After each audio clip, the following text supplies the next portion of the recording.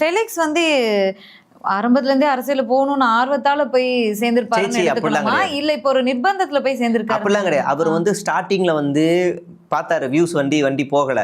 அப்போ வந்து சவுக்கு சங்கரை எதிரில் உட்கார வச்சுட்டு பேசிட்டு இருந்தாரு. நல்ல வியூ சூப்பரா போச்சு. ஃபெலிக்ஸ் அப்படின்னு இவரும் பேசுவாரு, சவுக்கு அப்படின்னு இவரும் பேசுவாரு, நல்ல வியூஸ் போச்சு.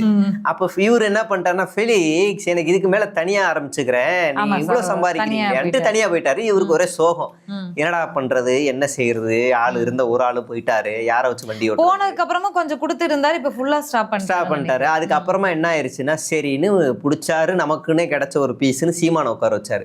3 மணி நேரம் இன்டர்வியூ. ஆமா, 3 மணி நேரம் இன்டர்வியூ. அதுலயும் ஆடு கதை, துப்பாக்கி கதை, மாடு கதை, மான் கதை, கறி கதை, எல்லா கதையும் ஓடும் அந்த 3 மணி நேரத்துல. அப்புறமா சீமான் பக்கத்துல இருக்கிற எல்லாரையும் தோணுறாரு, இவங்க பக்கம் நல்ல நெட் யூஸ் பண்றவங்க, மொபைல் யூஸ் பண்ற கூட்டம் அதிகம், இதை வியூஸ் ஆக்கிடலான்னு சீமானுக்கு ஜால்ரா அடிச்சு வண்டியை ஓட்டினாரு. அப்புறம் கொஞ்ச நாளாவே அப்படியே ஓட்டினாரு. ஸ்டார்டிங்ல தாவேக்காவெல்லாம் விமர்சனம் பண்ணாரு. அப்ப நடுவுல ஒரே ஒரு வீடியோ மட்டும் தாவேக்காவுக்கு பாசிட்டிவா போடவும் வியூஸ் பிச்சுக்குச்சு. ஆஹா, இதுதான் நம்ம பிசினஸா, இவ்வளவு நாள் தெரியாம 12 வருஷம் வாழ்க்கையை வேஸ்ட் ஆகிட்டோமே, இப்ப பாடுறான்னு விஜய் கூடவே பாசிட்டிவா போட ஆரம்பிச்சிட்டாரு. அப்ப ஏற்கனவே கட்சிக்குள்ள சேர்ந்தவரை இவங்க மறுபடியும் சேர்த்திருக்காங்க, அவ்வளவுதான்.